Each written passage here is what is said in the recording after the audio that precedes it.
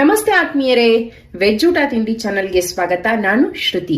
ನಮ್ಮ ಇವತ್ತಿನ ಈ ವಿಡಿಯೋನಲ್ಲಿ ಇದೊಂದು ಸೂಪರ್ ಆಗಿರುವಂತಹ ವೆಜಿಟೇಬಲ್ ಬಗ್ಗೆ ಮಾತಾಡ್ತಾ ಇದರಿಂದ ಮಾಡುವಂತಹ ಒಂದು ರೆಸಿಪಿಯನ್ನ ಕೂಡ ನೋಡೋಣ. ಹಿತ್ತಲ ಗಿಡ ಮದ್ದಲ್ಲ ಅಂತ ಹೇಳ್ತಾರೆ, ಆದ್ರೆ ನಮ್ಮ ಹಿತ್ತಲ ತರಕಾರಿ ಈ ಬಳ್ಳಿಯಲ್ಲಿ ಬರುವಂತಹ ಸಿಹಿ ಗುಂಬಳಕಾಯಿ, ಸ್ವೀಟ್ ಪಂಪ್ಕಿನ್, ಅಥವಾ ಕೆಲವರು ಇದನ್ನ ಚೀನಿಕಾಯಿ ಅಂತಲೂ ಕೂಡ ಕರೀತಾರೆ. ನಮ್ಮ ಹಳ್ಳಿಗಳ ಕಡೆ ಇದನ್ನ ಸೋರೆಕಾಯಿ ಅಂತಲೂ ಕೂಡ ಕರೀತಾರೆ. ಆ pumpkin is having a plenty of health benefits ಅಂತ ಕೂಡ ಹೇಳ್ತಾರೆ. ಅಂದ್ರೆ ಈ ಪಂಪ್ಕಿನ್ ನಲ್ಲಿ ತುಂಬಾ ಕಡಿಮೆ ಕ್ಯಾಲರೀಸ್ ಇದೆ ಮತ್ತೆ ಹೆಚ್ಚು ಫೈಬರ್ ಕಂಟೆಂಟ್ ಇರೋದ್ರಿಂದ ನಾವು ವೆಯ್ಟ್ ಲಾಸ್ ಮಾಡ್ತಾ ಇದ್ರೆ ಅಥವಾ ನಮ್ಮಲ್ಲಿ ಏನಾದ್ರೂ ಅಸಿಡಿಟಿ ಪ್ರಾಬ್ಲಮ್ ಅನ್ನೋದಿದ್ರೆ ಅವ್ರಿಗೆ ಕೂಡ ಇದು ತುಂಬಾ ಒಳ್ಳೆಯ ತರಕಾರಿ. ಇದರಲ್ಲಿ ವಿಟಮಿನ್ ಸಿ ಇದೆ ಮತ್ತೆ ವಿಟಮಿನ್ ಎ ಇರೋದ್ರಿಂದ ಕಣ್ಣಿನ ಆರೋಗ್ಯಕ್ಕೆ ಕೂಡ ಈ ಕುಂಬಳಕಾಯಿ ತುಂಬಾ ಒಳ್ಳೆಯದು. ಅದು ಅಲ್ಲದೆ ಹಾರ್ಟ್ ಸಮಸ್ಯೆಗೆ ಒಳ್ಳೆಯದು ಮತ್ತೆ ನಮ್ಮ ಹೊಟ್ಟೆಯ ಆರೋಗ್ಯಕ್ಕೆ ಕೂಡ ಈ ಕುಂಬಳಕಾಯಿ ತುಂಬಾ ಒಳ್ಳೆ ತರಕಾರಿ. ಹಾಗಿದ್ರೆ ಬನ್ನಿ, ಈ ಹಿತ್ತಲ ತರಕಾರಿ ಅಂದ್ರೆ ಈ ಸಿಹಿ ಕುಂಬಳಕಾಯಿಯನ್ನು ಉಪಯೋಗಿಸ್ಕೊಂಡು ರೊಟ್ಟಿ, ದೋಸೆ, ಚಪಾತಿ ಅದೆಲ್ಲದಕ್ಕೆ ಸೂಪರ್ ಕಾಂಬಿನೇಷನ್ ಆದಂತಹ ಗೊಜ್ಜನ್ನ ಹೇಗ್ ಮಾಡೋದು ಅಂತ ನೋಡೋಣ. ಸಾಮಾನ್ಯವಾಗಿ ಹುಳಿತವಗೆ ಮತ್ತೆ ಪಲ್ಯಕ್ಕೆ ಸಿಹಿ ಗುಂಬಳಕಾಯಿನ ಉಪಯೋಗಿಸ್ತಾರೆ, ಆದ್ರೆ ಈ ಸಿಹಿ ಗುಂಬಳಕಾಯಿನಲ್ಲಿ ಗೊಜ್ಜನ್ನ ಮಾಡಿದ್ರೆ ಕೂಡ ಅಷ್ಟೇ ಚೆನ್ನಾಗಿರುತ್ತೆ. ನೀವು ನಮ್ಮ ಹಾಸನದ ಕಡೆ ನೋಡಿದ್ರೆ ಸಾಮಾನ್ಯವಾಗಿ ಎಲ್ಲರ ಮನೆ ಹಿತ್ತಲಲ್ಲೂ ಈ ರೀತಿಯಾದಂತಹ ಸಿಹಿ ಗುಂಬಳಕಾಯಿ ಬಳ್ಳಿ ಬೆಳ್ಕೊಂಡಿರುತ್ತೆ. ಮತ್ತೆ ಅದ್ರಲ್ಲಿ ಬರುವಂತಹ ಈ ಕುಂಬಳಕಾಯಿನಿಂದ ರೊಟ್ಟಿ ಮಾಡಿ ಗೊಜ್ಜು ಮಾಡುವಂತದ್ದಂತೂ ಸರ್ವೇ ಸಾಮಾನ್ಯವಾದಂತಹ ರೆಸಿಪಿ. ಮತ್ತೆ ಅದಕ್ಕಿಂತ ಮುಂಚೆ ನಾನು ಇನ್ನೊಂದು ಪಾಯಿಂಟ್ ಹೇಳಬೇಕು ಅಂದ್ರೆ, ನೀವು ತಗೊಳ್ಳುವಂತಹ ಈ ಸಿಹಿ ಗುಂಬಳಕಾಯಿ ಅಥವಾ ಸಕ್ಕರೆ ಗುಂಬಳಕಾಯಿ ಎಳೆದಾಗಿದ್ಯಾ ಇಲ್ಲ ಬಲ್ತಿದ್ಯಾ ಅಂತ ನೋಡಿ. ಕುಂಬಳಕಾಯಿ ಎಳೆದಾಗಿದ್ರೆ ಈ ಸಿಪ್ಪೆನ ತೆಗೆಯೋ ಅವಶ್ಯಕತೆ ಇಲ್ಲ.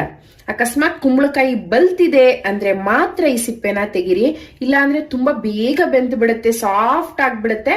ಹಾಗಾಗಿ ಎಳೆ ಕಾಯನ್ನ ತಗೊಂಡ್ರೆ ಸಿಪ್ಪೆ ತೆಗಿಬೇಡಿ, ಬಲ್ತ್ ಕಾಯನ್ನ ತಗೊಂಡಿದ್ರೆ ಮಾತ್ರ ಈ ಸಿಪ್ಪೆನ ತೆಗಿರಿ. ಹಾಗೆ ಈ ಕುಂಬಳ ತೊಟ್ಟಿನ ಬಗ್ಗೆ ನಾನು ಮಾತನ್ನ ಹೇಳ್ಬೇಕು. ನಮ್ಮ ಅಜ್ಜಿ ಎರ್ಕದ ಕಾವಲಿನ ಉಪಯೋಗಿಸ್ತಾ ಇದ್ರು, ಮತ್ತೆ ಅದ್ರ ಮೇಲೆ ಎಣ್ಣೆ ಹಚ್ಚಲಿಕ್ಕೆ ಈ ಕುಂಬಳ ತೊಟ್ಟನ್ನ ಉಪಯೋಗಿಸ್ತಾ ಇದ್ರು.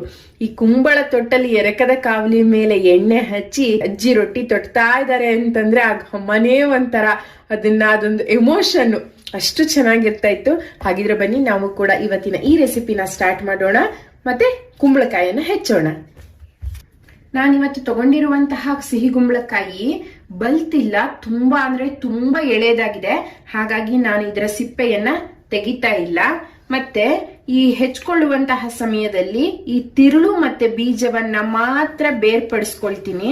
ಬೇರ್ಪಡಿಸ್ಕೊಂಡು ಈ ಕಾಯಿಯನ್ನ ನಾನು ಸ್ವಲ್ಪ ದಪ್ಪ ದಪ್ಪ ಹೋಳುಗಳನ್ನಾಗಿ ಹೆಚ್ಚಿಟ್ಕೊಳ್ತೀನಿ. ನೀವು ಕುಂಬಳಕಾಯಿನ ತುಂಬಾ ಸಣ್ಣದಾಗಿ ಹೆಚ್ಚಿಬಿಟ್ರೆ ಅದು ಬೇಗ ಬೆಂದು ಪೇಸ್ಟ್ ತರ ಆಗ್ಬಿಡುತ್ತೆ. ಹಾಗಾಗಿ ತುಂಬಾ ಸಣ್ಣಗೆ ಹೆಚ್ಚಲಿಕ್ಕೆ ಹೋಗ್ಬೇಡಿ. ಸ್ವಲ್ಪ ದಪ್ಪಾಗೇನೆ ಇದನ್ನ ಹೆಚ್ಕೊಂಡ್ರೆ ಬೆಂದ್ರು ಕೂಡ ನಮ್ಗೆ ಬಾಯಿಗೆ ಸ್ವಲ್ಪ ಹೋಳುಗಳು ಸಿಗೋ ತರ ಇರುತ್ತೆ. ಮತ್ತೆ ಇನ್ನೊಂದು ವಿಷಯ ಹೇಳ್ಬೇಕು ಅಂದ್ರೆ, ಈ ಕುಂಬಳ ಬೀಜ ಸ್ವಲ್ಪ ಬಲ್ತಿರೋ ಬೀಜನ ನೀವು ಒಣಗಿಸಿ ಇಟ್ಕೊಂಡ್ರೆ ಇದರಲ್ಲಿ ಕೂಡ ತುಂಬಾ ಹೆಲ್ತ್ ಬೆನಿಫಿಟ್ಸ್ ಇದೆ ಈ ಬೀಜದಲ್ಲಿ. ಮತ್ತೆ ಎಷ್ಟೊಂದು ಸ್ವೀಟ್ಸ್ಗೆ ಕೂಡ ಈ ಪಂಪ್ಕಿನ್ ಸೀಡ್ಸ್ ನ ಆಡ್ ಮಾಡ್ತಾರೆ. ನೋಡಿ, ಈ ರೀತಿ ಸ್ವಲ್ಪ ದಪ್ಪ ದಪ್ಪ ಹೋಳುಗಳನ್ನಾಗಿ ನಾನು ಅರ್ಧ ಕುಂಬಳಕಾಯಿ ಅಂದ್ರೆ ಮೀಡಿಯಂ ಸೈಜಿನ ಅರ್ಧ ಕುಂಬಳಕಾಯಿನ ನಾನು ಕಟ್ ಮಾಡಿ ಇಟ್ಕೊಂಡಿದ್ದೀನಿ. ಈಗ ಗೊಜ್ಜು ಮಾಡ್ಲಿಕ್ಕೆ ಶುರು ಮಾಡೋಣ. ನಾನೀಗ ಸ್ಟವ್ ಅನ್ನ ಆನ್ ಮಾಡಿಕೊಂಡು ಒಂದು ತಿಕ್ ಬಾಟಮ್ಡ್ ಪ್ಯಾನ್ ಅನ್ನ ಇಟ್ಕೊಂಡಿದ್ದೀನಿ. ಇದಕ್ಕೀಗ ಒಂದು 4 ಸ್ಪೂನ್ ಅನ್ನಷ್ಟು ಕುಕಿಂಗ್ ಆಯಿಲ್ ನ ಸೇರಿಸ್ತಾ ಇದ್ದೀನಿ. ನಾನಿವತ್ತು ರಿಫೈನ್ಡ್ ಆಯಿಲ್ ಅನ್ನ ತಗೊಳ್ತಾ ಇದ್ದೀನಿ. ನೀವು ಯಾವ ಕುಕಿಂಗ್ ಆಯಿಲ್ ನ ಯೂಸ್ ಮಾಡ್ತೀರಾ ಅದನ್ನ ಸೇರಿಸ್ಕೊಳ್ಬಹುದು. ಈ ಎಣ್ಣೆ ಸ್ವಲ್ಪ ಬಿಸಿಯಾದ ನಂತರ ನಾವಿದಕ್ಕೆ ಒಗ್ಗರಣೆನ ಹಾಕೊಳ್ಳೋಣ. ಇದೀಗ ಎಣ್ಣೆ ಕಾದಿದೆ. ಈ ಎಣ್ಣೆಗೆ ನಾನು ಒಂದು 1/2 ಸ್ಪೂನ್ ನಷ್ಟು ಸಾಸಿವೆನ ಸೇರಿಸ್ತಾ ಇದ್ದೀನಿ. ಸಾಸಿವೆ ಸಿಡಿತಾ ಇದೆ. ಈ ಹಂತದಲ್ಲಿ ನಾವಿದಕ್ಕೆ 1 ಚಿಟಿಕೆ ಹಿಂಗನ್ನ ಸೇರಿಸ್ಕೊಳ್ಳೋಣ. ಹಾಗೆ 1 ಚಿಟಿಕೆ ಅರಿಶಿನ ಸೇರಿಸ್ತಾ ಇದ್ದೀನಿ. ಮತ್ತೆ 1 ಎಸಳಿನಷ್ಟು ಕರಿಬೇವಿನ ಸೊಪ್ಪನ್ನ ಕೂಡ ಹಾಕ್ತಾ ಇದ್ದೀನಿ.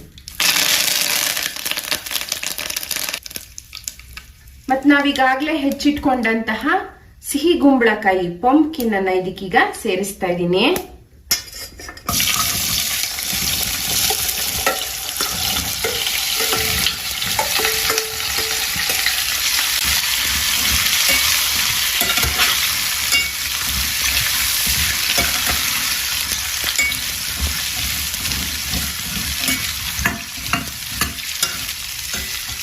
ನೀವು ಕುಂಬಳಕಾಯಿಯನ್ನ ಒಗ್ಗರಣೆಗೆ ಸೇರಿಸಿ ಒಗ್ಗರಣೆನಲ್ಲೇ ಚೆನ್ನಾಗಿ ಒಂದು ಅರ್ಧ ಭಾಗದಷ್ಟು ಬೇಯಿಸ್ಕೊಳ್ಬೇಕು.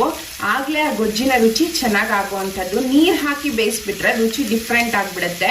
ಹಾಗಾಗಿ ಈಗ ಒಗ್ಗರಣೆನಲ್ಲಿ ನಾವು ಇದನ್ನ ಒಂದ್ಸರಿ ನೀಟಾಗಿ ಫ್ರೈ ಮಾಡ್ಕೊಂಡಿದೀವಿ.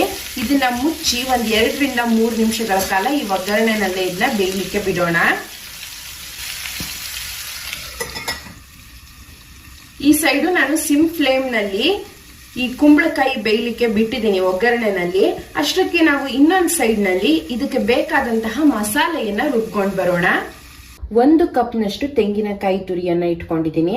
ಅಂದ್ರೆ ತೆಂಗಿನಕಾಯಿ ಒಡೆದಾಗ ಒಂದು ಹೋಳು ಬರುತ್ತಲ್ಲ, 1 ಸೈಡ್ ಹಾಫ್ ಅದರಲ್ಲಿ ಕಾಯಿ ತುರಿಯನ್ನ ತುರಿದಿಟ್ಕೊಂಡಿದ್ದೀನಿ. ಹಾಗೆ 1 ಸ್ಪೂನ್ ಹುರಿಗಡ್ಲೆನ ಕೂಡ ಇಟ್ಕೊಂಡಿದ್ದೀನಿ. ಸಿಹಿ ಕುಂಬಳಕಾಯಿನಲ್ಲೇ ಥಿಕ್ನೆಸ್ ಬರುತ್ತೆ, ಹಾಗಾಗಿ ಜಾಸ್ತಿ ಕಡ್ಲೆನ ಹಾಕಬಾರ್ದು. 1 ಸ್ಪೂನ್ ನಷ್ಟು ಹಾಕಿದ್ರೆ ಸರಿ ಹೋಗುತ್ತೆ. ಮತ್ತೆ ಇದನ್ನ ನಾವು ಹೇಳೋದೇನೆ ಕಾಯಿ ಸಾಸಿವೆ ಗೊಜ್ಜು ಅಂತ. ಹಾಗಾಗಿ ಕಾಯಿ ಎಷ್ಟು ಇಂಪಾರ್ಟೆಂಟು ಈ ಗೊಜ್ಜಿಗೆ ಸಾಸಿವೆ ಕೂಡ ಅಷ್ಟೇ ಇಂಪಾರ್ಟೆಂಟು. ಹಾಗಾಗಿ ಅರ್ಧ ಸ್ಪೂನ್ ನಷ್ಟು ಸಾಸಿವೆನ ಇಟ್ಕೊಂಡಿದ್ದೀನಿ. ಮತ್ತೆ ಒಂದು 5 ಎಸಳಿನಷ್ಟು ಕೊತ್ತಂಬರಿ ಸೊಪ್ಪು, 2 ಹಸಿರು ಮೆಣಸಿನಕಾಯಿ, 1.5 ಇಂಚಿನಷ್ಟು ಹಸಿ ಶುಂಠಿ, ಹಾಗೆ ಸ್ವಲ್ಪ ಹುಣಸೆ ಹಣ್ಣು, ಒಂದು ಅರ್ಧ ನಿಂಬೆ ಗಾತ್ರದ ಹುಣಸೆ ಹಣ್ಣನ್ನ ನೀರಿನಲ್ಲಿ ನೆನೆಸಿಟ್ಕೊಂಡಿದ್ದೀನಿ. ಇದಿಷ್ಟನ್ನು ಸೇರಿಸ್ಕೊಂಡು ನಾವೀಗ ಚಟ್ನಿಯ ಹದಕ್ಕೆ ಮಿಕ್ಸರ್ನಲ್ಲಿ ರುಬ್ಕೊಳ್ಳೋಣ.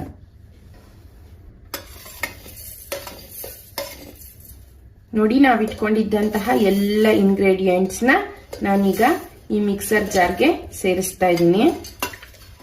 ಹೀಗೆ ಮತ್ತೀಗ ಕಾಯಿ ತುರಿಯನ್ನ ಕೂಡ ಹಾಕೊಳ್ತಾ ಇದ್ದೀನಿ. ನೀವು ಹುಣಸೆ ಹಣ್ಣನ್ನು ಬೇಕಾದ್ರೂ ಸೇರಿಸ್ಕೊಳ್ಬಹುದು, ಇಲ್ಲ ಹುಣಸೆ ಹಣ್ಣಿನ ರಸನ್ ಬೇಕಾದ್ರೂ ಸೇರಿಸ್ಕೊಳ್ಬಹುದು.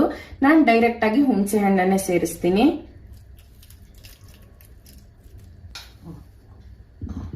ಈಗ ಇದಕ್ಕೆ ಸ್ವಲ್ಪ ನೀರನ್ನ ಸೇರಿಸ್ಕೊಳ್ಳೋಣ.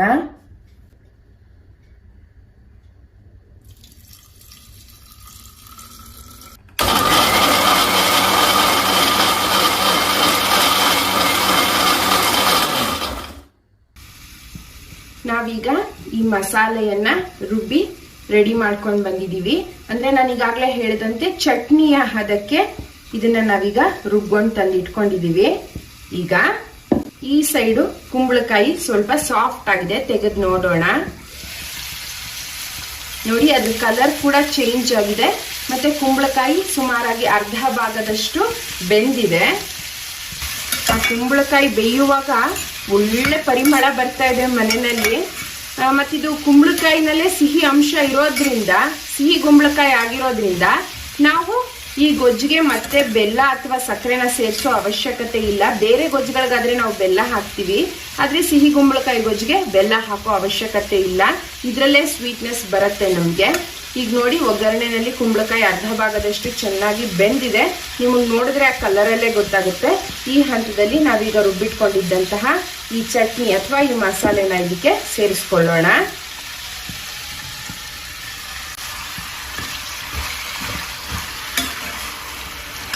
ಇದನ್ನೊಮ್ಮೆ ನೀಟಾಗಿ ಬೆರೆಸ್ಕೊಂಡು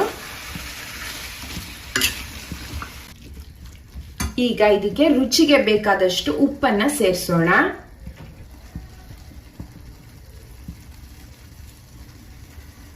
ಜೊತೆಗೆ ಈ ಗೊಜ್ಜು ನಮ್ಗೆ ಯಾವ ಕನ್ಸಿಸ್ಟೆನ್ಸಿನಲ್ಲಿ ಬೇಕು ಅಂತ ನೋಡ್ಕೊಂಡು ಅದಕ್ಕೆ ತಕ್ಕನಾಗಿ ನಮ್ಗೆ 1 ಗ್ಲಾಸ್ ಬೇಕಾ ಇಲ್ಲ 1.5 ಗ್ಲಾಸ್ ಬೇಕಾ ಅಷ್ಟು ನೀರನ್ನ ಕೂಡ ನಾವಿದಕ್ಕೆ ಸೇರಿಸ್ಕೊಳ್ಳೋಣ.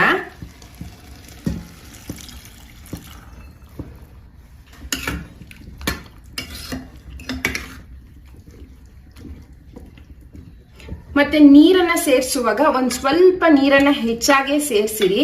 ಯಾಕೆ ಅಂದ್ರೆ ಕುಂಬಳಕಾಯಿ ಬೇಯ್ತಾ ಬೇಯ್ತಾ ನೀರನ್ನೆಲ್ಲ ಅಬ್ಸರ್ವ್ ಮಾಡ್ಕೊಳ್ಳುತ್ತೆ ಆ ಕುಂಬಳಕಾಯಿ ಮತ್ತೆ ಮಸಾಲೆ ಎಲ್ಲ. ಹಾಗಾಗಿ ಚೂರು ಎಕ್ಸ್ಟ್ರಾ ನೀರನ್ನ ಸೇರಿಸಿದ್ರೆ ಆಮೇಲೆ ನಮ್ಗೆ ಆ ಗ್ರೇವಿ ಕನ್ಸಿಸ್ಟೆನ್ಸಿ ಕರೆಕ್ಟ್ ಆಗಿ ಬರುತ್ತೆ.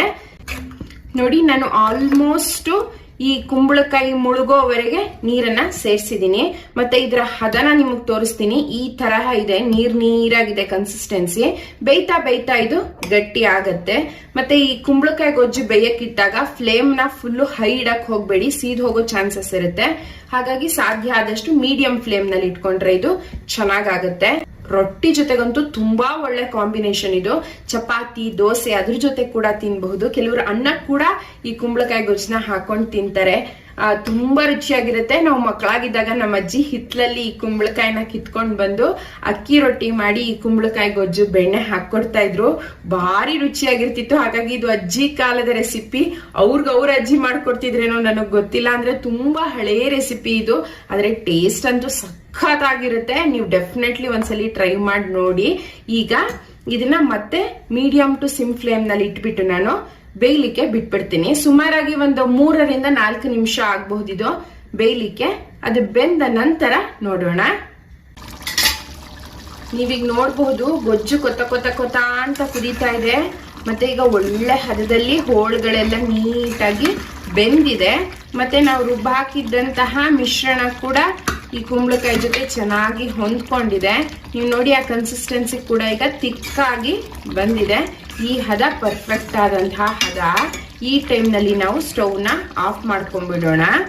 ಮತ್ತೆ ಈ ಗೊಜ್ಜು ಸ್ವಲ್ಪ ಆರ್ತಾ ಇದು ಇನ್ನಷ್ಟು ಗಟ್ಟಿ ಆಗುತ್ತೆ. ಅಂದ್ರೆ ಇನ್ನಷ್ಟು ಕನ್ಸಿಸ್ಟೆನ್ಸಿ ತಿಕ್ ಆಗುತ್ತೆ. ಹಾಗಾಗಿ ಈ ಟೈಮ್ನಲ್ಲಿ ನಾವು ಸ್ಟವ್ನ ಆಫ್ ಮಾಡ್ಕೊಳ್ಬೇಕು. ಮತ್ತೆ ನೋಡಿ, ನಾವು ತಗೊಂಡಂತಹ ಸಿಹಿ ಕುಂಬಳಕಾಯಿ ಹೋಳುಗಳು ಎಲ್ಲೂ ಪೇಸ್ಟ್ ಆಗಿಲ್ಲ. ನೀಟಾಗಿ ಬೆಂದಿದೆ, ಬಟ್ ಮ್ಯಾಶ್ ಆಗಿಲ್ಲ. ಈ ಹದದಲ್ಲಿ ಇದನ್ನ ಆಫ್ ಮಾಡ್ಕೊಳ್ಬೇಕು. ಏಕೆಂದ್ರೆ ತುಂಬಾ ಪೇಸ್ಟ್ ಆಗ್ಬಿಟ್ರೆ ಅವಾಗ ತಿನ್ಲಿಕ್ಕೆ ಚೆನ್ನಾಗಿರಲ್ಲ. ಈ ತರ ಹೋಳ್ ತರನು ಸಿಗ್ಬೇಕು ಬಾಯಿಗೆ. ಜೊತೆಗೆ ಈ ಗ್ರೇವಿ ಕೂಡ ಅದ್ರ ಜೊತೆ ಬರಬೇಕು. ನೋಡಿದ್ರಲ್ಲ ಎಷ್ಟು ಚೆನ್ನಾಗಿ ಬಂದಿದೆ ಸಿಹಿ ಕುಂಬಳಕಾಯಿ ಗೊಜ್ಜು ಅಂತ. ನಿಮ್ಮ ಮನೆಯಲ್ಲೂ ಇದೇ ರೀತಿಯಾದಂತಹ ಗೊಜ್ಜನ್ನ ಮಾಡ್ತೀರಾ ಅಂತ ಅನ್ಕೊಂಡಿದೀನಿ. ಯಾಕಪ್ಪ ಅಂದ್ರೆ ನಾವ್ ಈ ತರಹದ ಗೊಜ್ಜುಗಳನ್ನೆಲ್ಲ ಯಾವ ಹೋಟೆಲಿಗೆ ಹೋಗ್ಬಿಟ್ಟು ನನಗೆ ಸಿಹಿ ಕುಂಬಳಕಾಯಿ ಗೊಜ್ಜು ಬೇಕು ಅಂತ ಆರ್ಡರ್ ಮಾಡಿ ತಿನ್ನಕ್ಕಾಗಲ್ಲ. ಇದನ್ನೆಲ್ಲ ನಾವು ಮನೆಯಲ್ಲೇ ಮಾಡುವಂತಹ ರೆಸಿಪಿಗಳು. ಯಾಕೆಂದ್ರೆ ನಮ್ಮ ಹಳೇ ಕಾಲದಿಂದ ಬಂದಿರುವಂತಹದ್ದು ಇದೆಲ್ಲ ಹಿತ್ತಲಲ್ಲಿ ಸಿಗುವಂತಹ ತರಕಾರಿ. ಹಾಗಾಗಿ ಖಂಡಿತ ನಿಮ್ಮ ಮನೆಯಲ್ಲೂ ಇದೇ ರೀತಿಯಾದಂತಹ ಗೊಜ್ಜನ್ನ ಮಾಡ್ತೀರಾ. ಅದ್ರ ಜೊತೆ ರೊಟ್ಟಿ ಮಾಡಿ ಅಥವಾ ದೋಸೆ ಮಾಡಿ ಅದ್ರ ಜೊತೆ ಎಂಜಾಯ್ ಮಾಡ್ತೀರಾ ಅಂತ ನಂಬಿದ್ದೀನಿ. ನಮ್ಮ ಇವತ್ತಿನ ಈ ರೆಸಿಪಿ ಸಿಹಿ ಕುಂಬಳಕಾಯಿ ಗೊಜ್ಜು ನಿಮ್ಗೆ ಇಷ್ಟ ಆಗಿದ್ದಲ್ಲಿ ಈ ವಿಡಿಯೋನ ಲೈಕ್, ಕಮೆಂಟ್, ಶೇರ್ ಮಾಡೋದನ್ನ ಮರಿಬೇಡಿ.